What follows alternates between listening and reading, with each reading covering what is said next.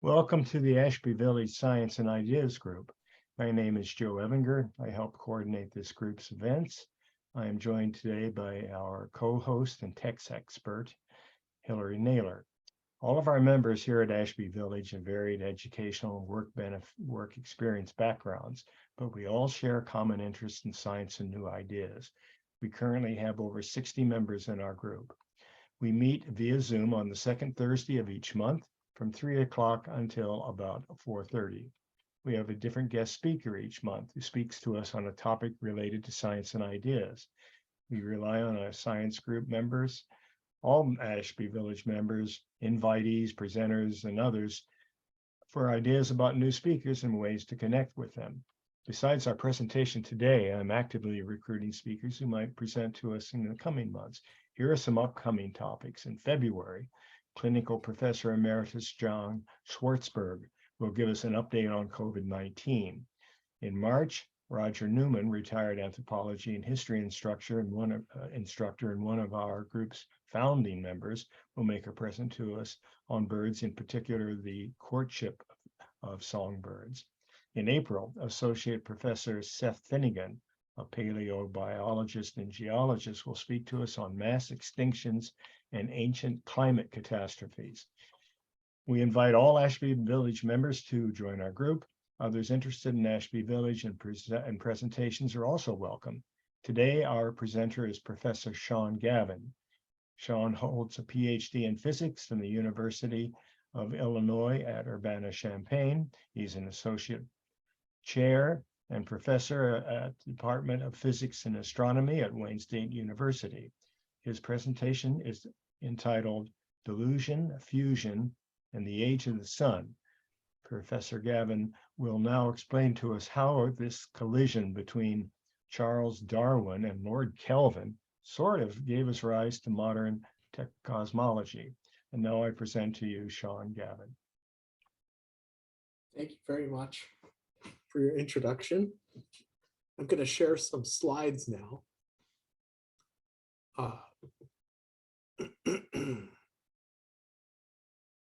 Okay.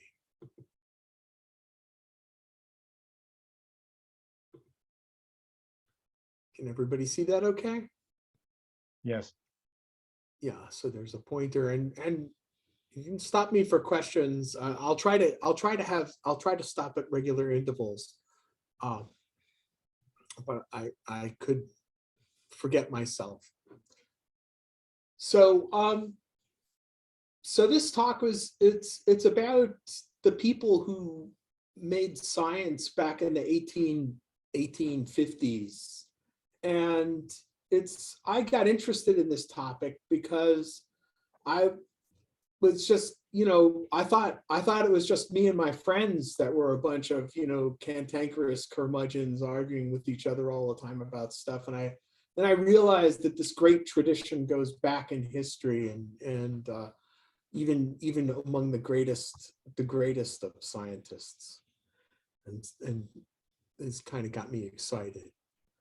So the idea of the story that I'm going to tell you begins with Charles Darwin, who was born in 1809 in England, and he was very precocious, developed and displayed a history, and among other things, natural philosophy that led him to study geology and then eventually to join the voyage of the Beagle, which was a ship that sailed from 1831 to 1836. And his experiences, on this journey led him to come up with the idea of natural selection, very famous. And here we see the evolution of Darwin himself as the hair evolves from the top of his head down to the bottom of his head. And I used to think that was funny until it started happening to me. And now I just say, yeah, I know exactly what's going on with him. And so the key thing is that his main discovery was in 1858 and the mechanism of natural selection. And then his famous book was written in 1859. So we have to keep attention to those dates. Now, evolution, the idea of evolution, I'm not a biologist, I'm a physicist. And I'm not a historian. So my idea, the history I have here is captured mostly not from primary sources, only very few primary sources. I read a few of these papers that these guys wrote. And so not an expert in any of these topics. I'll tell you when the topic that I'm an expert in comes along, I'll tell you. But it won't be for several slides. So evolution is, it starts with the idea that similar species descended from a common ancestor. This common ancestor may be extinct, but this evolution occurs as a very gradual process. Darwin came up with the mechanism for this, which was natural selection. Wallace also did. And so the idea is, famously brought, highlighted by his observation of the different finches that he saw in the Galapagos Islands, different regions of the Galapagos Islands. They had finches with different beaks, and that was because they were eating different food, but they were clearly all related to each other. And so this kind of gave an idea that, the natural environment was leading them to form, to evolve differences. So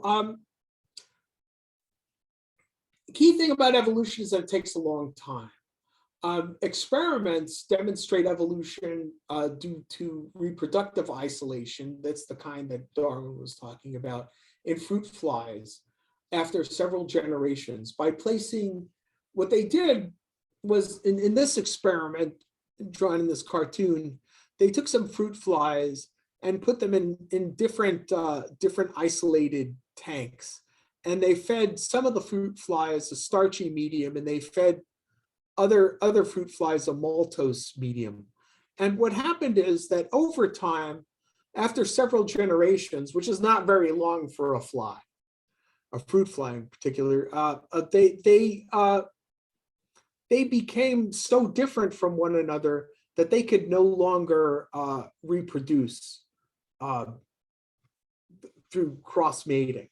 So this became so this is kind of evidence of evolution. Of course, everybody these days knows evolution in action, because if you're following the COVID variants, there's now, I don't know what it's called. It's not BB8, it's BB something. There's a new variant that's out there trying to get us.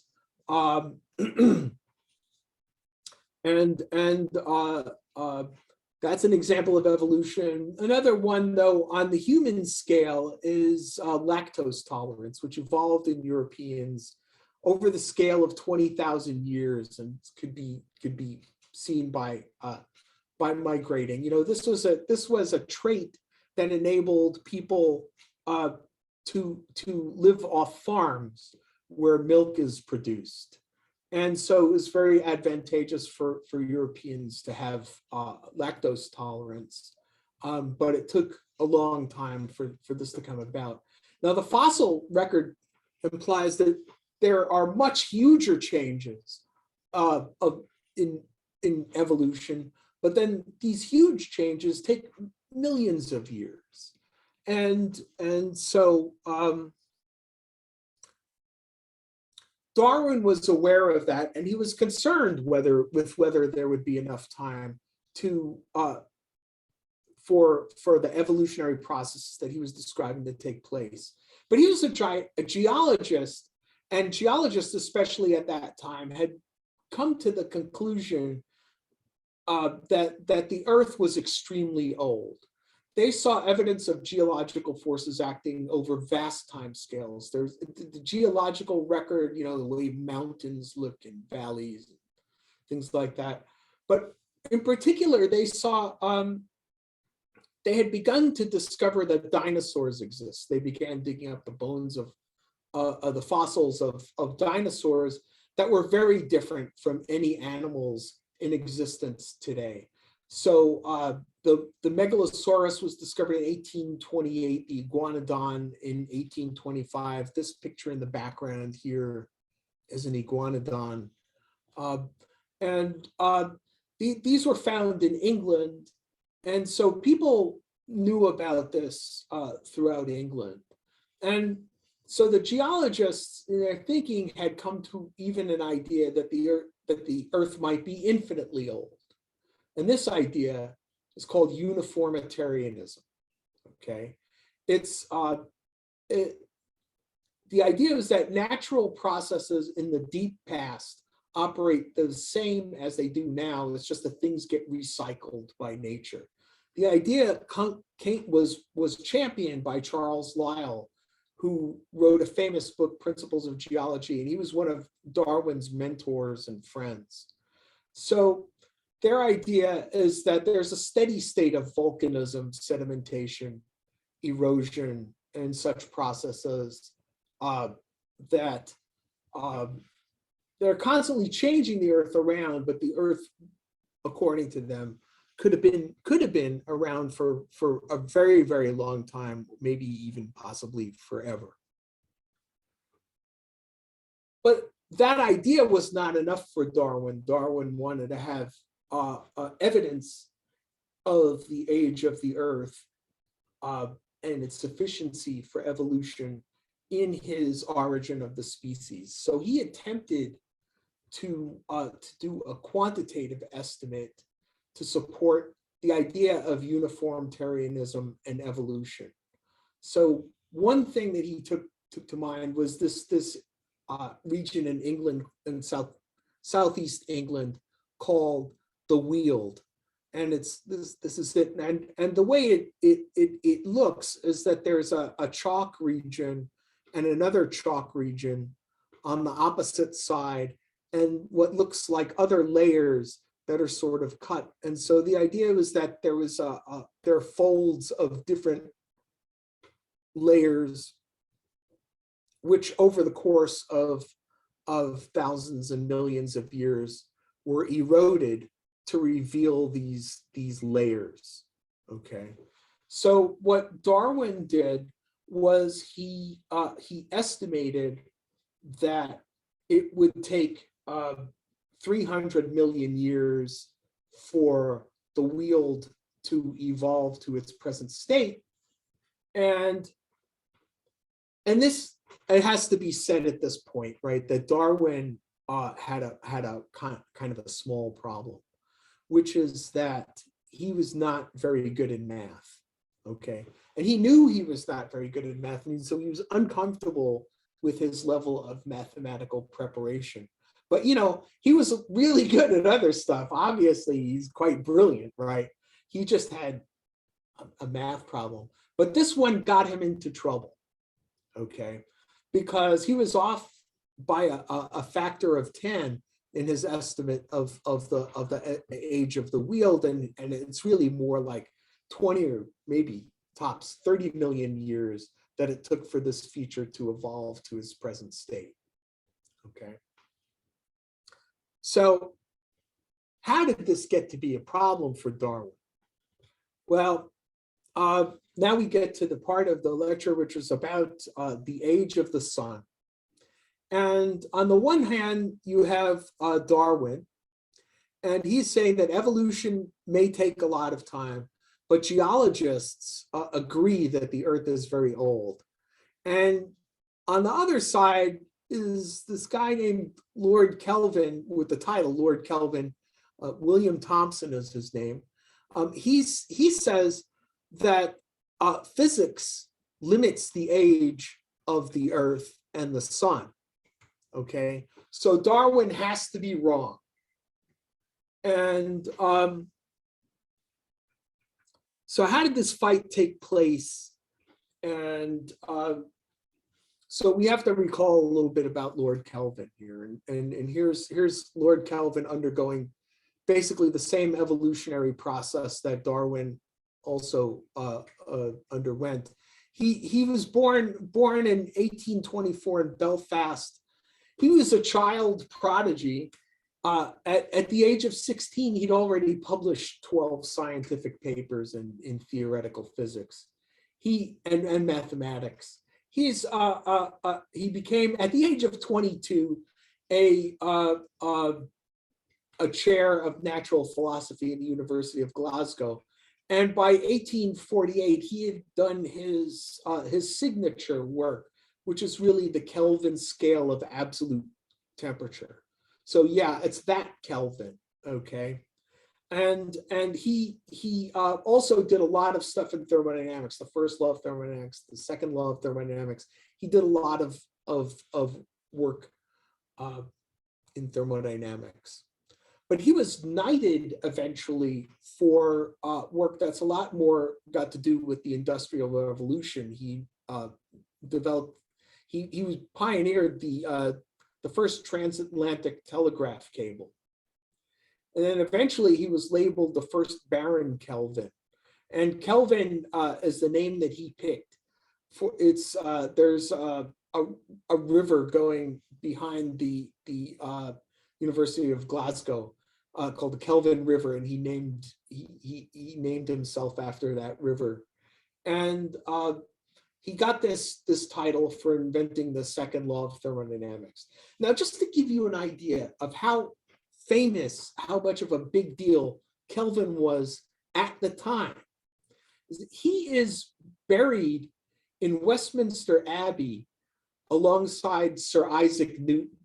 So Sir Isaac Newton, like, I don't know if you want to call him the greatest genius in history, but he's probably, somewhere there's the invention of fire, the wheel, and Newton's laws, right? And so Kelvin was up there with those guys in the eyes of Britain's and the royalty of England, and he was a celebrated fellow. So his big expertise, the way he's known today to physicists like me, is that he was important as a mathematical physicist. He invented and proved Stokes's theorem. And okay, there's a little bit of math, but this won't be on the quiz, okay? He invented this theorem, and it's kind of funny that it's named after Stokes. Stokes popularized the theorem, and he put it in an exam that and it became popularized by Stokes, but it was proven and discovered by Thomson, and it's used in mathematics and in physics a lot. He did a lot of work in the early theory of electromagnetism, which was developing in the 1800s, and also in the growing science of fluid mechanics, which was coming about at that same time. So he was like a big time physicist, but in addition to that, he was an industrial wizard, which brought him to the public limelight. He's sort of like a guy like Elon Musk before he kind of fell off the edge of the earth, or whatever you want to call what Elon Musk did. He started his craziness, but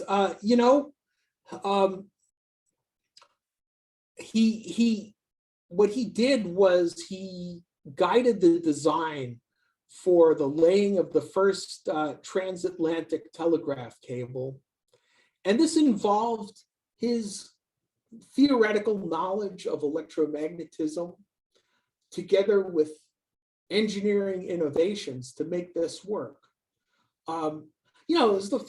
The problem is that if you want to send a telegraph, an electrical signal across an ocean full of salt water, they tell you not to throw your radio in the bathtub.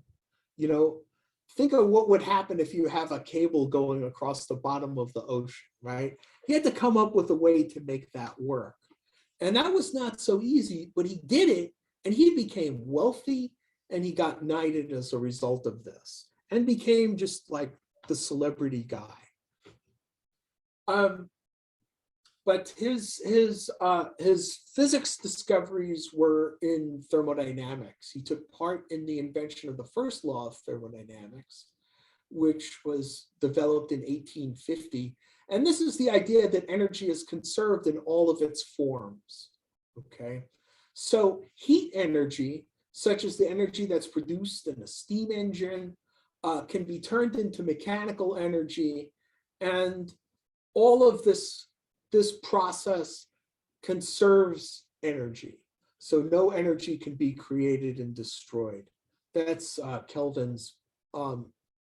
Kelvin contributed to this, but what he invented was the second law of thermodynamics, which he said that some heat must be expelled as waste in the form of exhaust.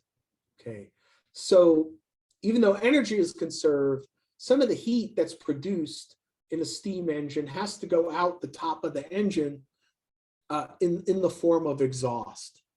Okay, and it can't be a perfect process. And so what this means is that nothing basically is eternal. And okay, so Kelvin, again, as this is how famous Kelvin is, there's a manufacturer that named their refrigerator the Kelvinator in Detroit, Michigan, okay, in 1914. So this is like Kelvin is this world famous guy. And so because of the second law of thermodynamics, what Kelvin realized is that the sun and the earth have to have limited lifetimes.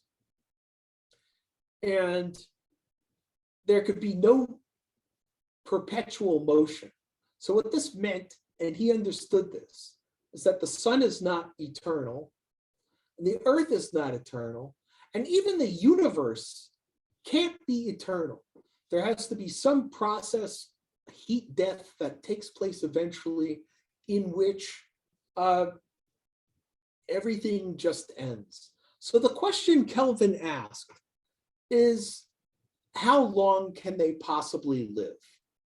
Okay. Does physics set limits on how long the earth can live, the sun can live? And he was the first one to really seriously attack this with the tools of modern science. So the first problem that he worked on was the age of the sun. And the way he went about trying to understand the age of the sun was he tried to understand what is the mechanism for the sun's heat. And he said, what could be the life, what could, this could determine its lifespan. And his first idea, he went through three different possibilities. And the first one is that the sun is burning some kind of fuel that will eventually run out. It turns out that that's the right answer, but he dismissed it. I'll explain why, okay? The second possibility, which he was really captivated by for a long time, was the idea that the sun could be continuously supplied with energy from some external source, somewhere else in the cosmos. Okay, he was very interested in that for a long time.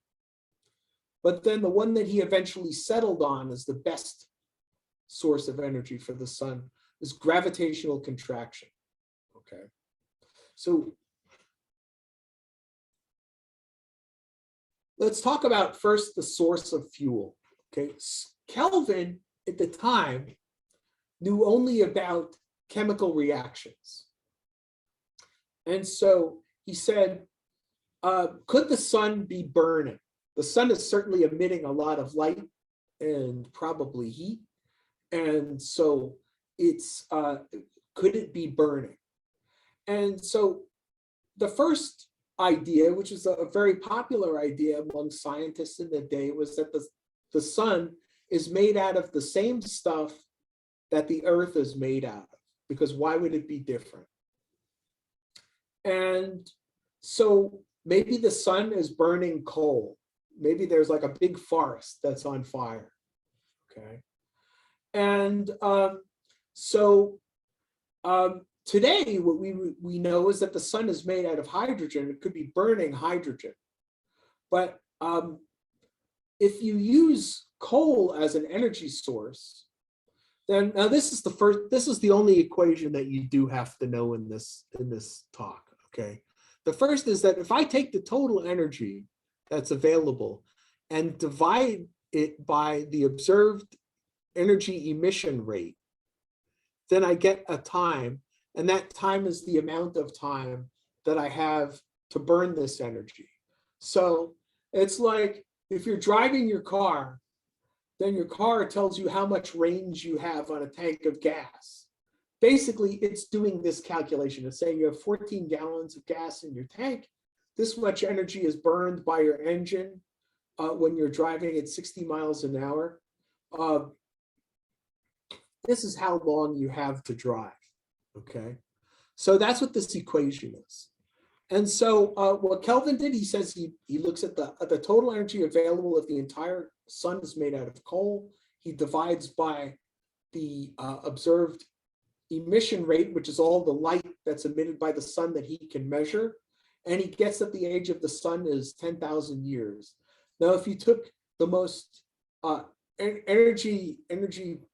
energetic chemical reaction we know about, and you take all of the observed radiation, electromagnetic radiation comes from the sun, stuff that Kelvin didn't know about, you get a number that's about the same, coincidentally, okay? So Kelvin's verdict is that the sun can't be burning anything, can't be burning any known fuel, okay? Are there any questions?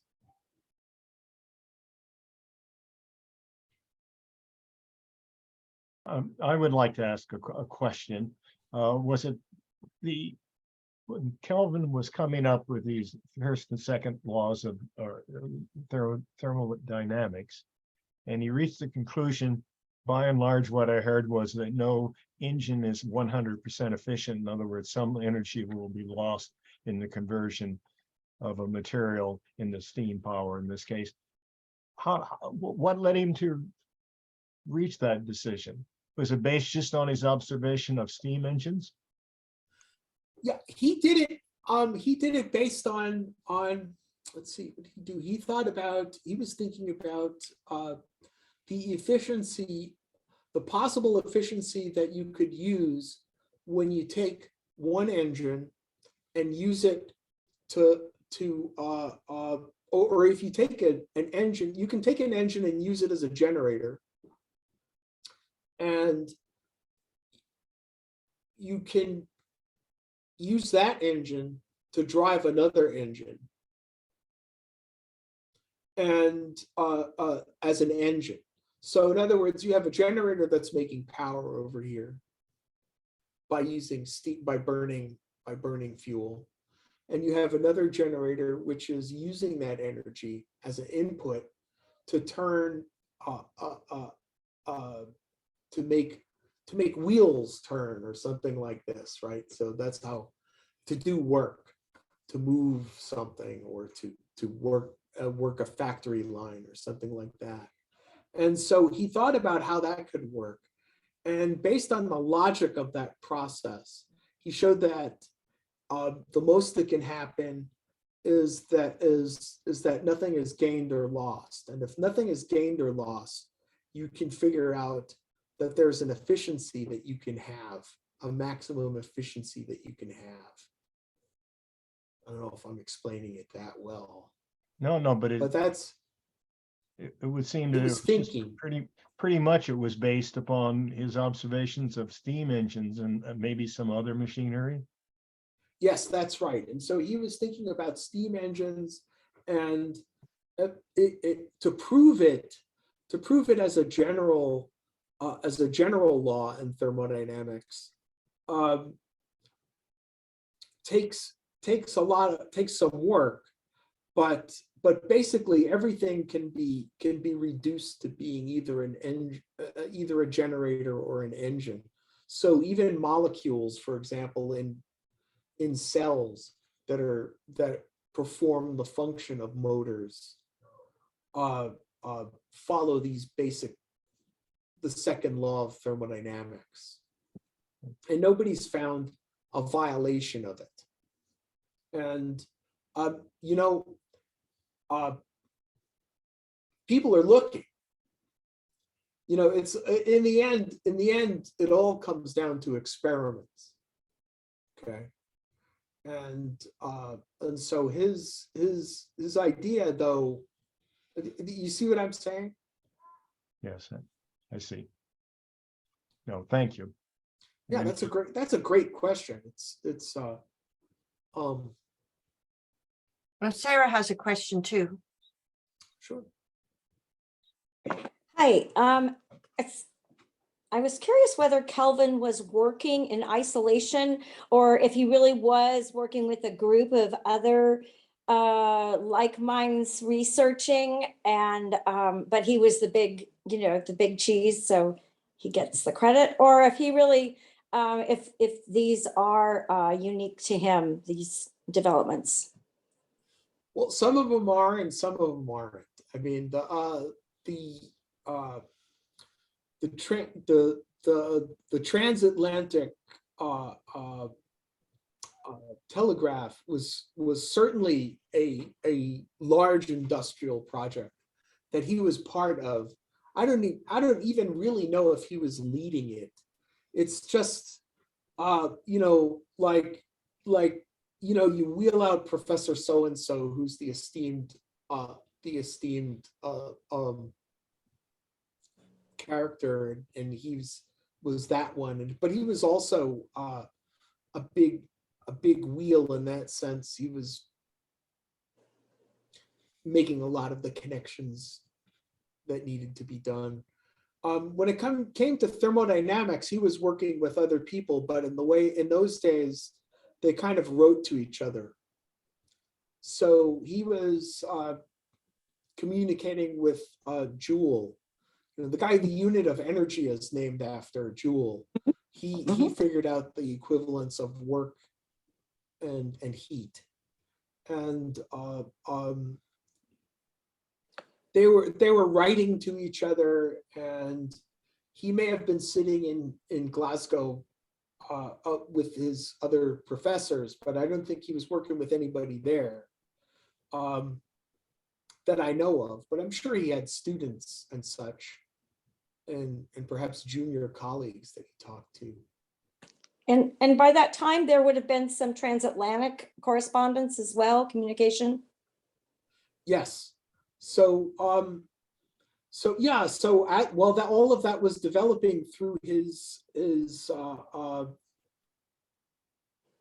lifetime. So they across the ocean in the U.S., there were a number of people.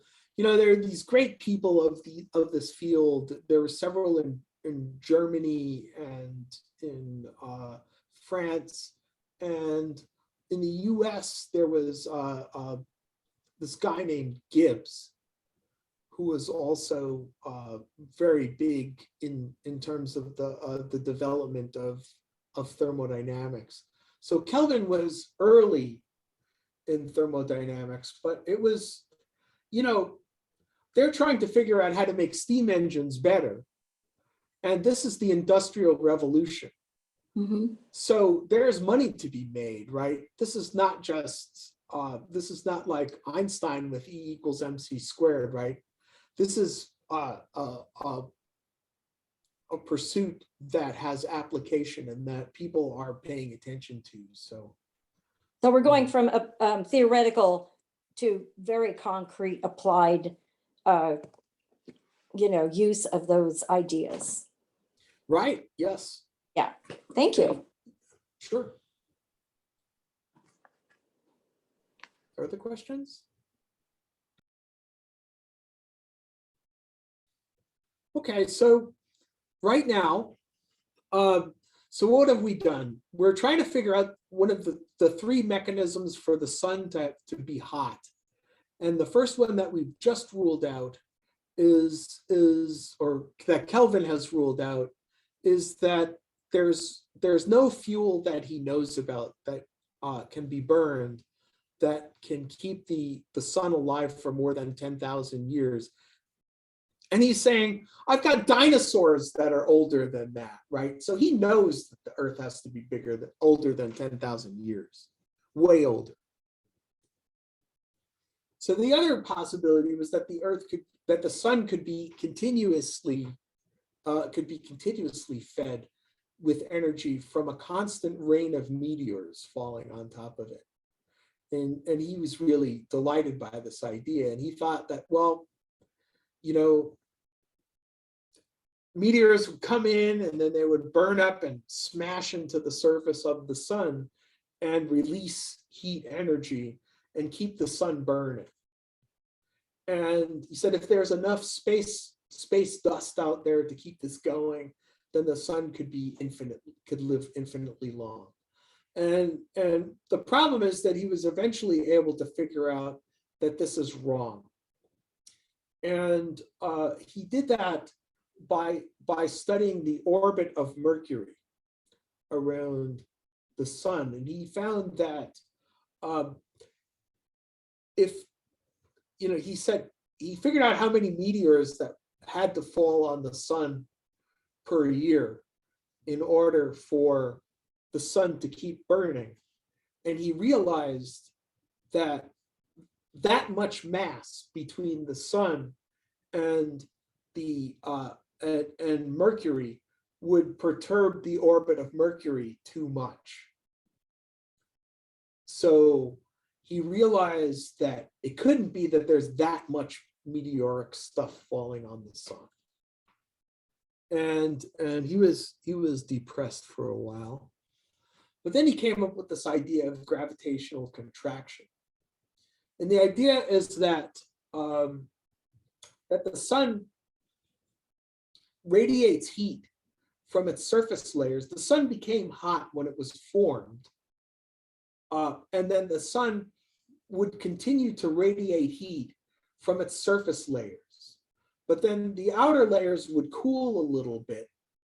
And as they cooled out, you would maybe lose a little bit of energy and then it would sort of fall down.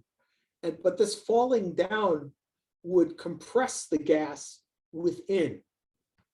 So as the outer layers cool, say the ashes would fall down and compress the core and make the core hot.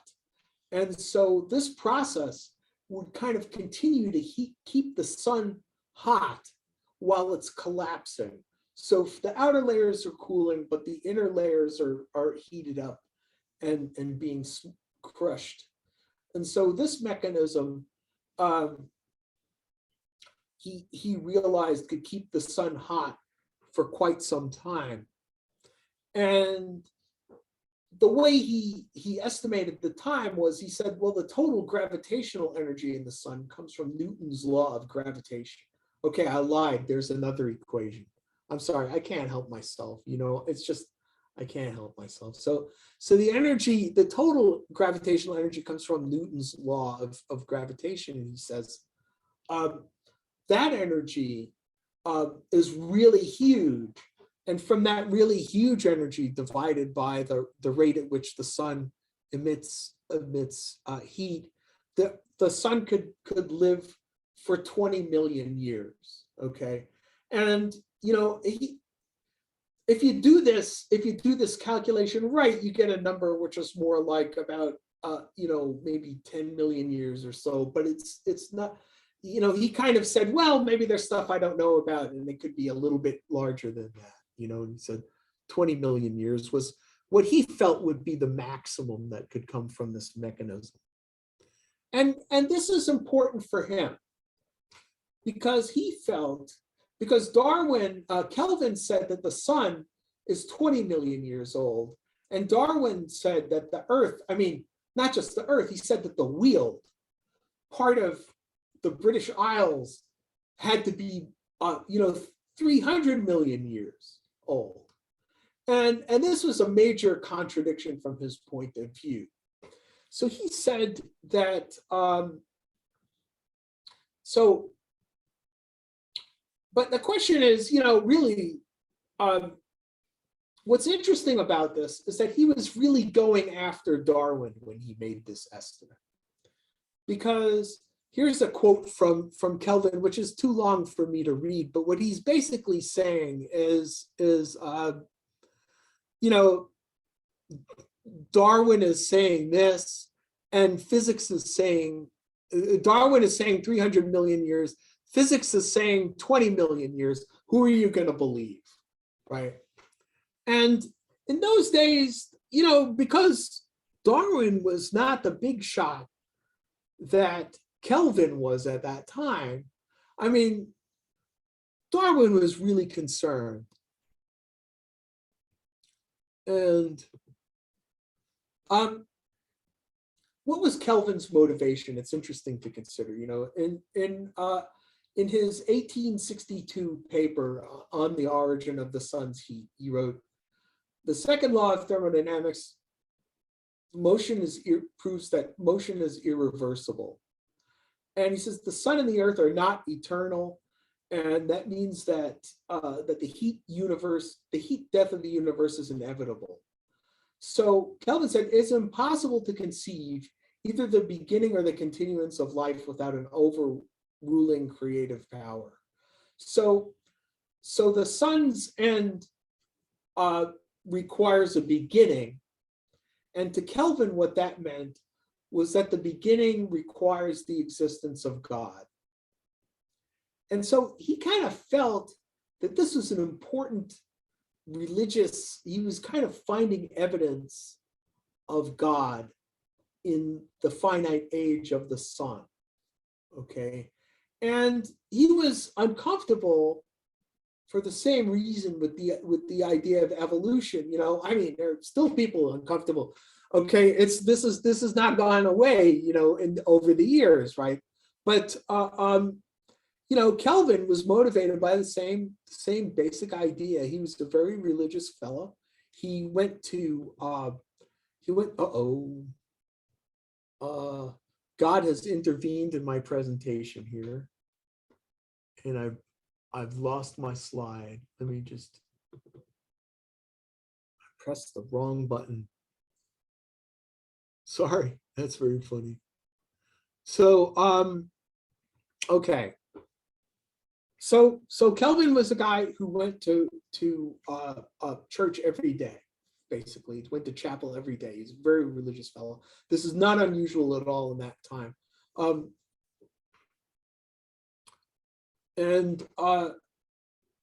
But let's talk about what science Kelvin was missing, okay? And these days, really honestly, every child knows this, that the source of the sun's energy is nuclear fusion. And that was unknown at Kelvin's time. So Kelvin could not possibly have known about this. And here's the time scale at which radioactivity and the atomic nature of things, nature of the atom came about, right? So Dalton came up with the idea of atoms in chemistry as a way of keeping track of the number of atoms in relative number of atoms in chemical reactions. But Becquerel, in 1896, this is well after Kelvin was doing his major stomping, came up, discovered radioactivity by accident. And then Thomson discovered the existence of electrons in 1897. And by 1905, Einstein came up with the relationship between energy and mass. And the mass energy relation is crucial to understanding how energy comes from nuclear fusion, okay? And eventually, 1911, Rutherford discovered the atomic nucleus, and protons were discovered in 1919 and neutrons in 1932. So this is well after Kelvin, okay, and Darwin, and you can see from the evolution of these scientists as time goes on, as they become photographed and such, okay. Now, also, how it was realized that fusion powers the sun was that in 1890, Lockyer discovered the existence of the element helium for the first time by looking at the spectral emissions of light from the sun. And later in 1920, Eddington, who was an astronomer, astrophysicist, but he was aware of Einstein's theory of relativity, came up with the idea that that fusion of hydrogen into helium can release energy by the power of E equals mc squared. And in 1925, Cecilia Payne-Gaposchkin did a detailed analysis of the sun's spectrum and using the latest quantum mechanics, basically discovered that the sun was 75% hydrogen and 24% helium. So very different in chemical composition from the Earth. Okay, the Earth is made of rocks mostly, you know, and the sun is made out of gases, and gases, in fact, that are, you know, helium is very hard to come by, very rare in the Earth, but in the sun it's 24%. By 1938, Hans Bethe came up with the theory of fusion, and I just love this picture. I love this picture because it kind of indicates the brain of Hans Bethe there, which must be really quite extensive. Okay. Now, fusion, in the fusion process, you could basically release 1,000 times more energy than the gravitational process that Kelvin thought of. So it's 7 times 10 to the 7th times the amount of energy that's released in chemical burning. And therefore, if you use Kelvin's equation, which is the total energy divided by the emission rate, if you put in 1,000 times more energy to start with, then you get an age which is about 10 billion years. And so right away, you realize that fusion can make the sun live a lot longer than the geological processes or the processes of Darwin's evolution. Okay, Kelvin just could not have possibly known this because radioactivity had not been demonstrated or understood at this time.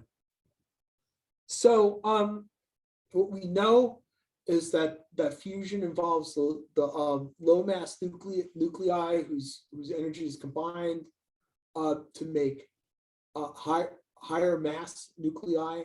But the mass of helium is slightly less than the mass of 4 hydrogen nuclei.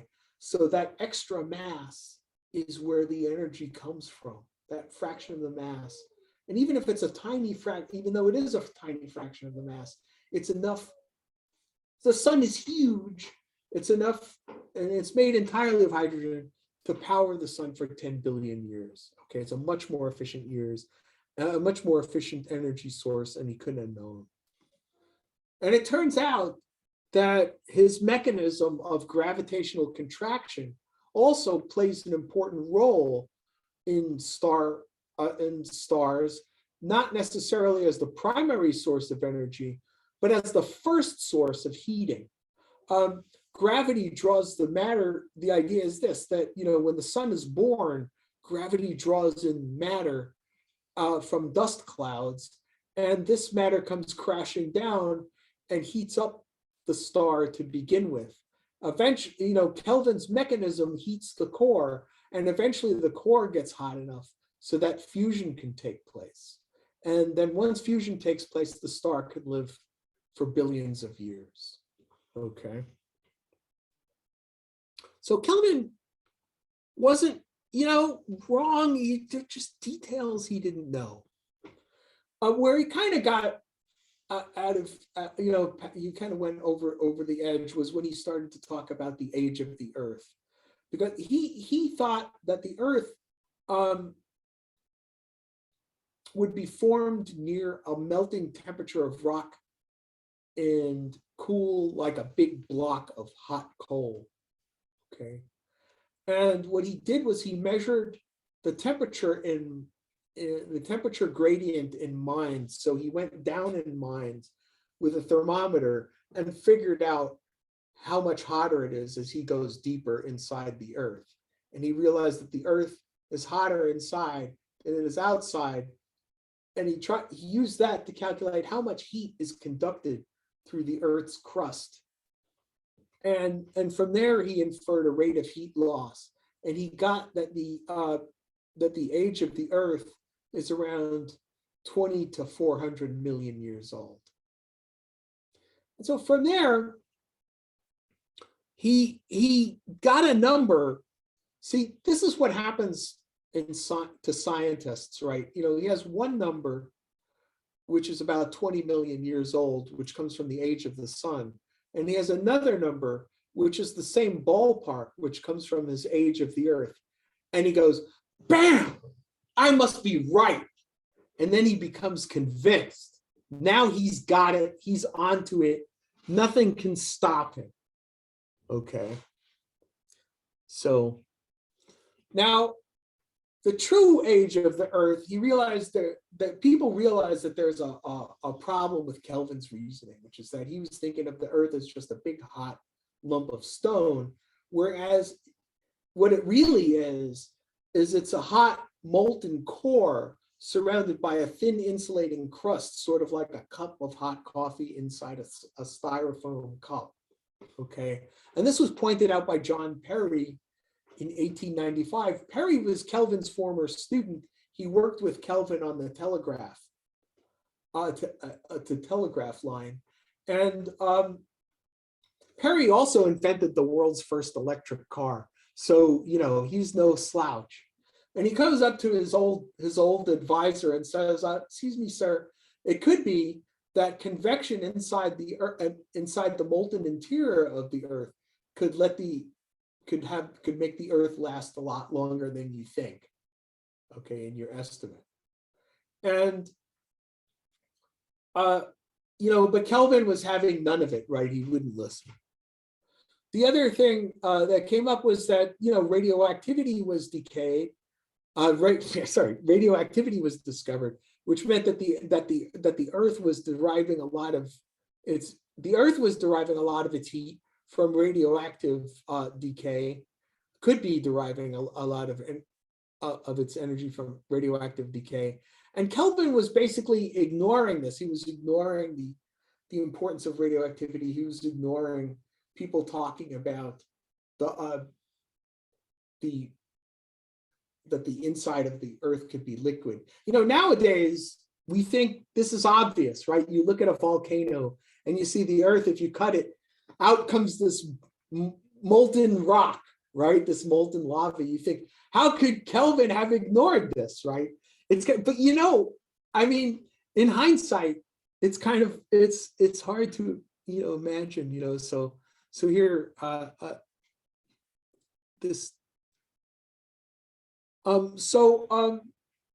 so what happened in the story between Darwin and Kelvin is that 50 years, they continued to argue over the age of the earth and the sun for 50 years. And this was not just them arguing with each other, it was sort of, there were a bunch of supporters on both sides who argued with each other, and it was a big public debate.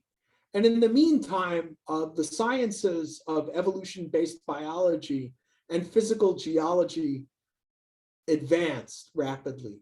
I mean, geologists took physics to heart, and there are physical geologists right now who are basically physicists, right? Looking at the structure of the earth, right? And this is all, you know, kind of, Kelvin is the father of that, you know, whether, you know, and so, you know, you got to say, but still, you know, Kelvin, what happened was that Kelvin was eventually cut down by his own tool, you know, they eventually, all of these people figured out that Kelvin was full of hot air, and eventually it came down to just Kelvin and a few supporters, you know, hanging on in the end. Now, this is where Kelvin's current reputation is not as the great scientist, but is as a massive curmudgeon. He's kind of this, he never fully accepted Maxwell's theory of electromagnetism. He expressed reservations about atoms. He denied the importance of radioactivity. He claimed to have proven that flight by heavier than air aircraft was impossible. He claimed to have proven it mathematically. He was basically just this guy who said anytime somebody said something new, he was saying, no, that's impossible, with this big white beard. And so this is like how he's known, you know, these people who said, they said the airplane couldn't fly. He was the one. He said the airplane couldn't fly. That was him, okay? And that's how Kelvin is known today. So first of all, before we get into anything else, are there other questions?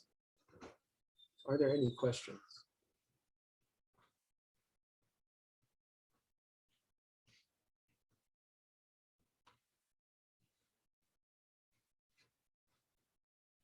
As I go on for hours and hours, people get tired.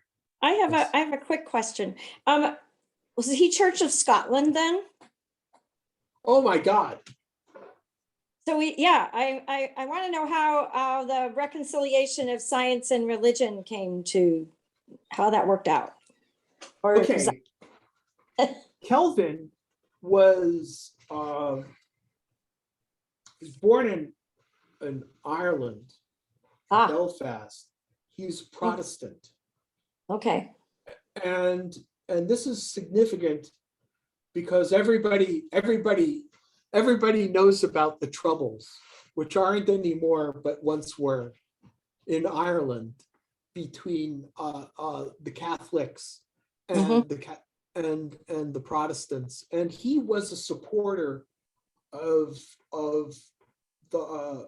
British rule. And also a staunch Protestant. So he now, I mean, I think I'm going to go ahead and guess that he was Church of England, but I'm not really sure. But he was his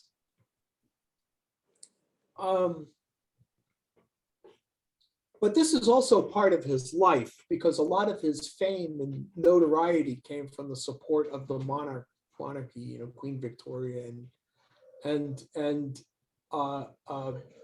he was in with the boss, in other words, and so it was part of his support network. It's probably got something to do with why he became, you know, a baron. But as far as his, you know, the church has a funny role in a lot of these problems, and I'll get to that. The church by church, I mean the Catholic Church. You know, the one with the Pope. Okay, they do have a role in this story, which is going to come up. Okay, good. Well, other questions?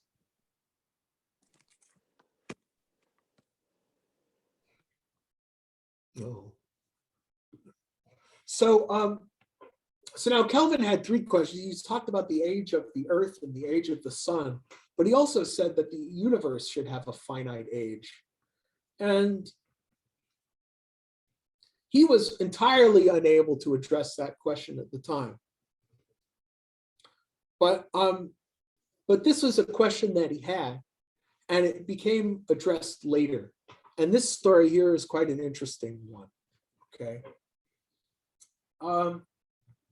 The discovery by Hubble in 1929 that the universe is expanding led people to realize that the universe could have an age. The way he discovered this was he measured the distances to 25 galaxies. And he realized, first of all, which was a big thing, that galaxies were outside our own galaxy, that we're in a galaxy which is basically an island of stars, and that there are other galaxies, which are other islands that are much farther away. Okay. He was one of the first people to realize this. And furthermore, he realized that by measuring the distances to these galaxies and comparing it to the speed with which they seem to be receding, he realized that galaxies that the farther the galaxies are away, the faster they're moving away from us. And this became known as Hubble's law. And if you plot this, I'll explain. You know that this slope, the slope of this curve, this is velocity on this axis of the galaxies, and versus distance on this axis.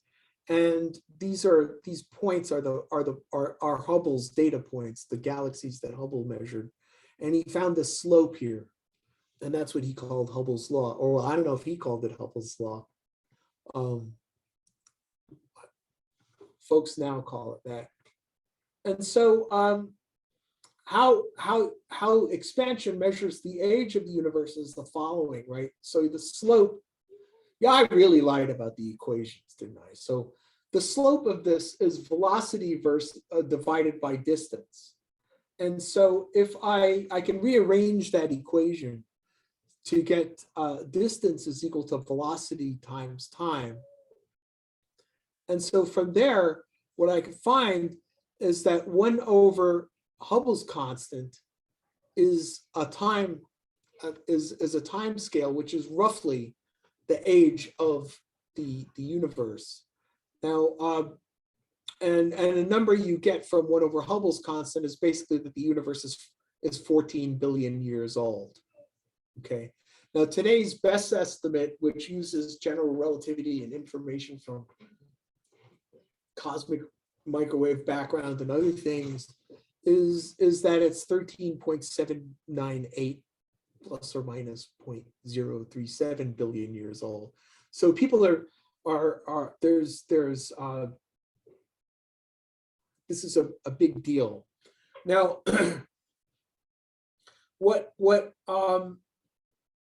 now we come to our next hero in the story, whose name is George Gamow. He's Ukrainian, born in Odessa in 1904, and he was involved. He's a theoretical physicist who was involved very early on in the theory.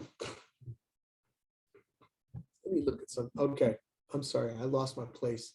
Now, sorry. He was involved very much in the development of quantum theory in the 1920s. And he came up with the idea of tunneling in quantum mechanics. And from this, he was able to figure out that tunneling is the mechanism by which fusion powers the sun. And Gamow and von Weizsäcker, Gamow, who's Russian, who emigrated to the United States, and von Weizsäcker, who's in Germany, in the 30s, figured out that fusion powers the sun. And he wrote a paper about the origin of the elements in the Big Bang in 1948. This paper was written by Alpha, Beta, and Gamow. Alpha being, is kind of, okay.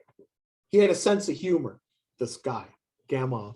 And so this famous paper by Alpha, Beta, and Gamow was one in which he studied the origin of the elements in 1948, and he predicted the cosmic microwave background from the Big Bang in 1948, also with his student Herman. And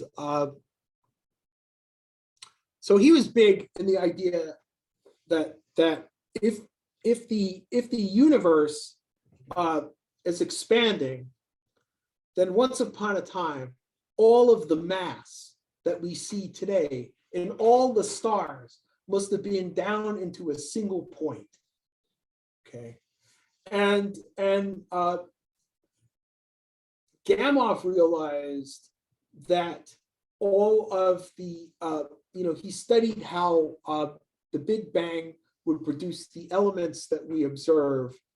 And he showed, for example, that in 15 minutes, the Big Bang would make all of the hydrogen and helium that we see today in the fractions that Cecilia Payne-Gaposchkin observed by looking at all the stars.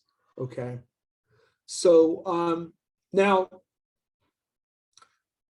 yeah, so this is the timeline of the Big Bang. Once upon a time, there was a Big Bang, and then there was a rapid stage of early expansion called inflation. This we now understand, didn't know about any of this until the 1970s. And then the quarks, which compose neutrons and protons, formed a plasma up until a time on the order of a second when they formed neutrons and protons. And then once you form neutrons and protons, these elements begin to coalesce and make elements, and then eventually they separate from each other enough because the universe is expanding and expanding, and the first galaxies begin to appear after about 1 billion years, so in the first 1 billion years. And then after that, the universe begins to become much like it is today with McDonald's and Amazon Prime and iPhones. Now, so what's the evidence for the Big Bang? Okay, and a lot of this was put together by Gamow, his early years. He studied the Gamow and his collaborators, right? Now he studied the expansion of the universe, explains Hubble's law for the galaxies, and it explains, it predicts that the universe has a certain age, and that the oldest, more distant stars have to be younger than the nearby stars, and therefore it can be different. He also showed that am I going over? Am I like vastly over? Well, we usually said about 4:30 would be the latest that a presentation would go, but it all depends on you and the members here. Okay, if people start to get nervous, I can wrap it up faster. But anyways, I can talk for hours. Anyway. So sorry. So there's the expansion of the universe.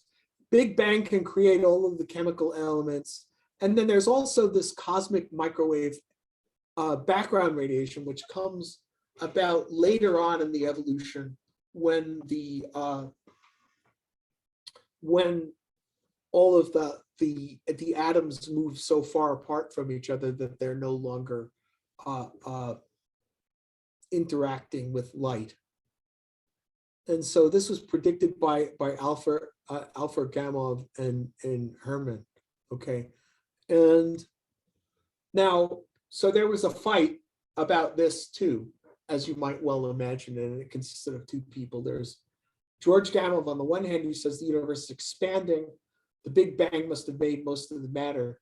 And then there's a character named Fred Hoyle, who's a great astrophysicist at the time, who says, no, it only looks like it's expanding, and it's not the Big Bang that made all of the matter, but fusion in stars that made all of the matter. Now, who's Sir Fred Hoyle? Fred Hoyle was born in 1915, and he was one of the greatest astrophysicists in history. Okay, I mean, astronomers have been around since the dawn of time, but astrophysicists are relatively a recent innovation. And he studied, he applied physics, quantum mechanics, which was new at the time, to study the production of elements in stars. And did his first work in 1946, and culminating in a paper, a very important paper in 1957, establishing this idea. Okay. He also came up with an idea called the steady state theory, which is in conflict with the Big Bang. We'll talk about that. And he was also this incredibly famous guy. He had a radio show on the BBC. He was famous for science popularization in England.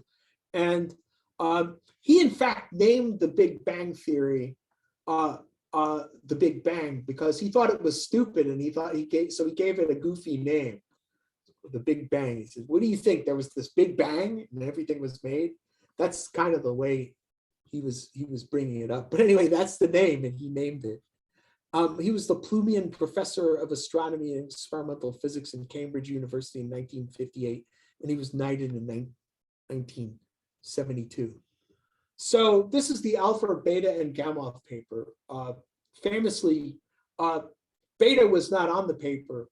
Alpha was Gamow's students, and he thought, wouldn't it be funny if we wrote a paper on the origin of the chemical elements with alpha, beta, and Gamow, right? So he put beta's name on the paper. Beta didn't complain.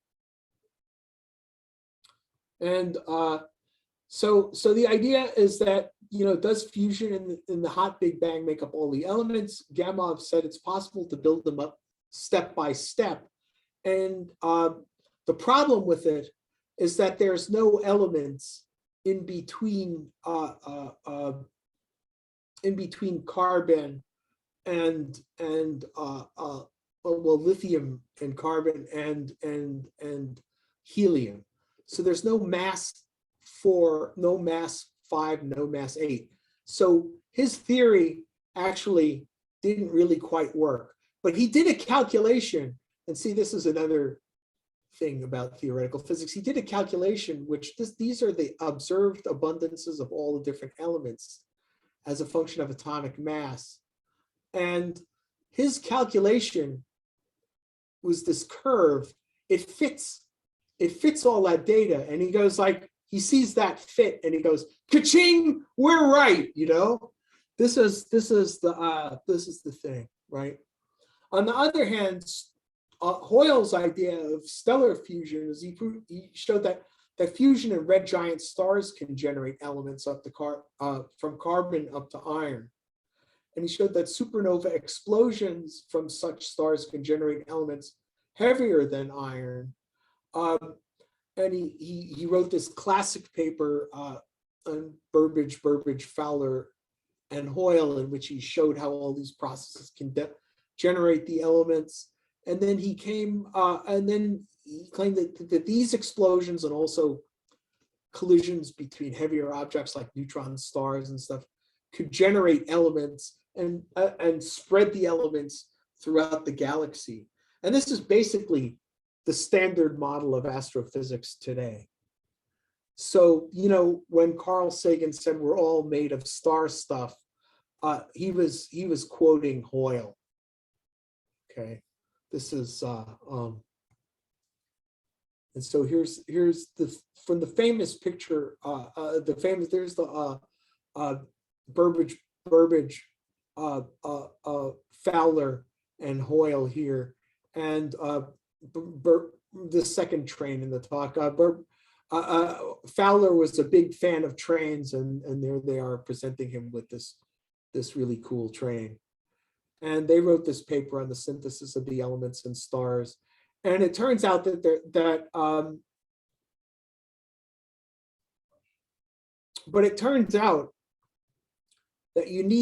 there's not enough, you can show that elements heavier than lithium can be made in stars, but you don't make enough helium in stars to account for the cosmic abundance. And so he showed, some of what Gamow was saying, the light elements have to be made by the Big Bang, and the heavy elements are made by stars. This is now what we accept. Okay, so when Gamow realized this, and he realized the flaws with his own models, he responded to it as only he would, by making a joke. And his joke says, in the beginning, God created radiation and it was without shape and form. And then he said, and God said, let there be mass 2. And then there was mass 2 and God saw deuterium and it was good. And then God made all of the elements until he came to the transuranium elements. But then he looked back on his work and found that it was not good. In his excitement of his counting, he missed elements 5. And so there couldn't be any other elements. So God was disappointed and he wanted to, and so he made Hoyle. And then he said, let there be Hoyle. And Hoyle he said to Hoyle, God looked at Hoyle and said, you go ahead and make elements any way you want to. And this is Gamow's joke. So this is kind of a gentlemanly way of conceding that he's partly wrong, okay? Which is how a scientist is supposed to behave, but so few do. So Hoyle made up this in his, to contradict the Big Bang model, he came up with this idea of with Bondi, Gold, and Hoyle, of an alternative for the Big Bang theory, which was that the universe is eternal, infinite, and unchanging, and that the steady production of new matter out there in the cosmos at a very slow rate only kind of makes it look like it's expanding. Okay. And the steady state failed in a number of key predictions. It explained Hubble's law for the galaxies. It explained the synthesis of elements in stars alone, but he wasn't able to explain the abundance of hydrogen, helium, and lithium without the Big Bang.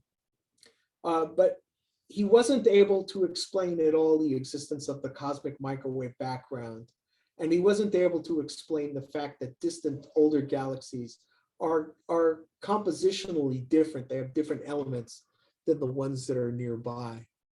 So the discovery of the cosmic microwave background, which is really what killed the steady state model, Penzias and Wilson, in trying to make a detector to communicate with satellites orbiting the Earth, they listened they discovered that there's this cosmic microwave background, which is basically a hiss. And this hiss was what was predicted by Alpher and Herman. And here's another a funny picture made by Gamow in which there's Alpher and Gamow and Herman. Now, so how did the evolution, the steady state, the evolving Big Bang versus the steady state universe play out over time? Okay, so there was basically 50 years of argument over the age of the universe. Meanwhile, both astronomy and nuclear physics advanced rapidly. And for most, the discovery of the cosmic microwave background totally ruled out the steady state model. But Hoyle and a dwindling number of supporters kind of kept on with the steady state, digging in their heels. So now, why did Hoyle want to stick to the steady state for so long? His motivation was that, he revealed in his own BBC interview that the reason why scientists like the Big Bang is because they are overshadowed by the book of Genesis. It's deep within the scientists, it's deep within the psyche of most scientists to believe in the first page of Genesis. And the Big Bang seemed to be a creation event. And Hoyle was an atheist. So he felt that religion should have no place in science. And he kind of balked at this idea that there could be a creation event, and he really didn't like it. He just didn't like it because of his predisposed uh, uh, uh, ideas. Now, but who did support the Big Bang from very early on? The Catholic Church was behind the Big Bang. They realized that they had gotten a bad reputation from the whole Galileo problem with the Earth, and not being the center of the universe, and so they have now in the Vatican, they have astronomers on staff, and the current Pope, very much says that the Big Bang and evolution are real, and in fact, they feel that the Big Bang is kind of a creation event, and so they do support it. I'm just going to stop now with saying that, the good thing about science is that it's true whether you believe in it or not, which is kind of an important thing, because, if you stick to your preconceived notions past the point where they're no good anymore, that's when you really get into trouble. So I'll stop here. I'd like to give anybody else a chance to ask a last question. We have time if you want to ask. Oh my God, 7:28. No, that's okay. Well, I want to ask one question. When Hubble was doing his work in developing the Hubble constant, noticing how fast the galaxies were separating, how did he know the difference between a star and a galaxy? In other words, when was the ability to tell the difference between a star and a galaxy first discovered? I assume before Hubble. Yeah, they had seen these things called nebula, and they didn't know what they were. What a nebula was, they would see a star as like a point, and it seems to be like a twinkling circle to our eyes. But really, if you could see it without the interference of the atmosphere, it would be like a point, like a dot. But nebula are basically, they look like smears. And so when you look at it, it's blurry. And the better your telescopes get, the more you can see that they have like a lot of structure to them. And galaxies were a kind of nebula. There are other kinds, okay? And what they discovered, Henrietta, oh my God, her name is Henrietta Leavitt, discovered, she discovered that there are certain types of stars where you know how far they are away, okay? They pulsate, and the frequency of their pulsation tells you how far away they are. And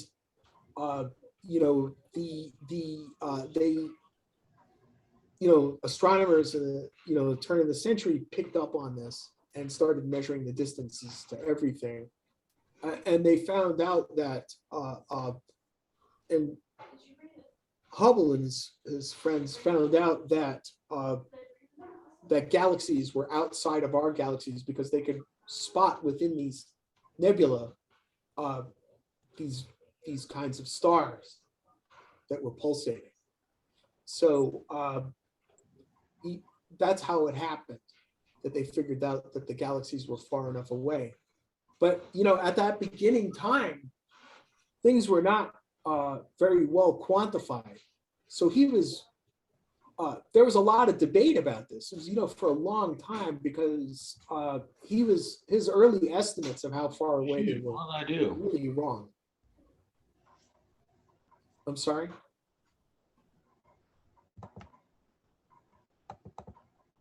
No, go ahead. It was just someone else. No. Yeah, his early estimates were kind of off. And so, the thing about science is that is that people are working, trying to get it right. But, it's not always right at the beginning. And so, there was a lot of debate, and people say, people get angry, right? Because, other people disagreed with Hubble. And this whole expanding universe thing was a story that, few people picked up on, but not everybody bought into it from the beginning. So it was it's a real story by itself, how people picked this up.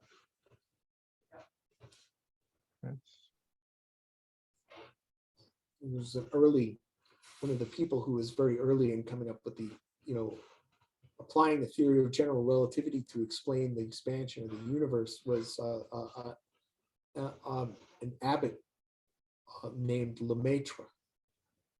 And he, so this kind of made for the connection between the Catholic Church somehow and the Big Bang, which they funded a lot of meetings in the early days of Big Bang science, when it was just at some stage when it was just a few people coming up with stuff. Well, Professor Sean Gavin, I just want to thank you very much for this presentation. It's a unique presentation that it somehow brings together at points in time the theory of evolution with geology and with physics, and even religion, and the Pope is in the end of this thing. And you present this so well with humor and enthusiasm. I just want to thank you for donating your time today. We have really enjoyed it. Thank you so Thanks a much. lot. Thank you very much. Thank you very much. Thanks for this opportunity. I'm glad. I hope you enjoyed. Thank you. Thank you. Bye-bye. Okay. Yep. Bye-bye.